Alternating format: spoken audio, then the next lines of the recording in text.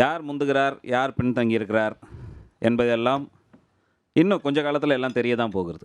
ஏன்னா அனைத்து இந்திய அண்ணா திராவிட முன்னேற்றக் கழகத்தினுடைய கூட்டணி ஒன்றுமில்லை, மரியாதைக்குரிய எடப்பாடியார் அவர்களால் கூட்டணியை அமைக்க முடியல, கதவை திறந்து வச்சுருக்கிறாங்க, யாரும் வரல என்று ஏளனம் பேசிக்கிட்டு இருந்த காலத்தில் பாட்டாளி மக்கள் கட்சி அதிமுக கூட்டணியில் சேர்ந்தவுடன் அந்த கூட்டணி மீது இருந்த பார்வை மற்ற அத்தனை கட்சிகளையும் பயப்பட வைத்திருக்கிறது என்பதுதான் நிதர்சனமான உண்மை.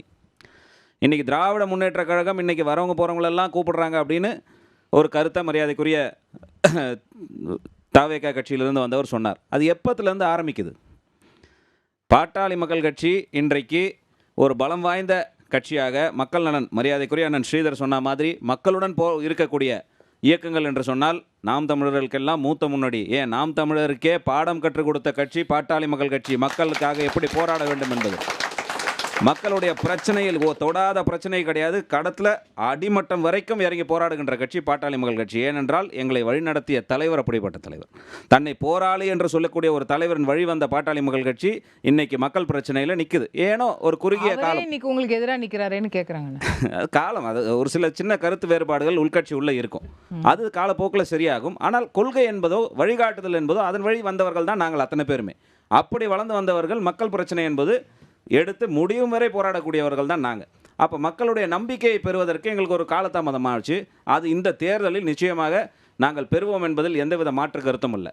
உதாரணத்துக்கு எடுத்துக்கிட்டிங்கன்னா இன்றைக்கி பெரிய வாக்கு வங்கியின் அடிப்படையில் மிகப்பெரிய கட்சிகளாக இருக்கக்கூடிய அனைத்து கட்சிகளுமே எங்கே இருக்காங்க? அதிமுகவிட கூட்டணியில் இருக்கிறாங்க. அதிமுகவுக்கு பிறகு வாக்கு வங்கியில் பெரிய கட்சியாக இருக்கக்கூடிய பாரதிய ஜனதா கட்சியும் இங்கே தான் இருக்கிறது. அடுத்தபடியாக இருக்கக்கூடிய பாட்டாளி மக்கள் கட்சியும் இங்கே தான் இருக்கிறது. வாக்கு சதவீதத்தின் அடிப்படையில் நீங்கள் பார்த்தீங்கன்னா கூட இன்றைக்கி இந்த தேர்தலில் முந்தடித்து கொண்டு முன்னாடி போகக்கூடியவர்கள் பாட்டாளி மக்கள் கட்சி தான். ஆனால் என்ன, நிறுத்தி நிதானமாக போகக்கூடிய கட்சி.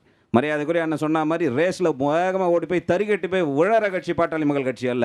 நிறுத்தி நிதானமாக இலக்கை நோக்கி செல்கின்ற கூட்டணியாக இந்த தேசிய ஜனநாயக கூட்டணி இருந்து கொண்டு இருக்கிறது.